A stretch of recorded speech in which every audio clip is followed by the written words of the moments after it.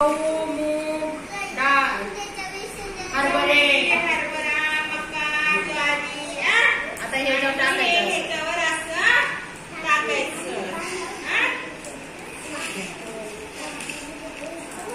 असं टाकायचं सगळं.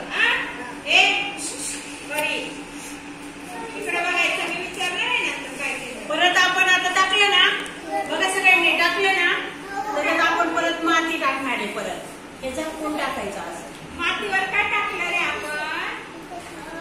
धान्य. आणि परत माती टाकायची. काय टाकलं आधी? माती टाकली, मग धान्य टाकलं. गहू, ज्वारी, बाजरी, मूग टाकले, मका, आणि परत त्याच्यावर असं झाकायचं. सई आता परत परत धन्यवाद.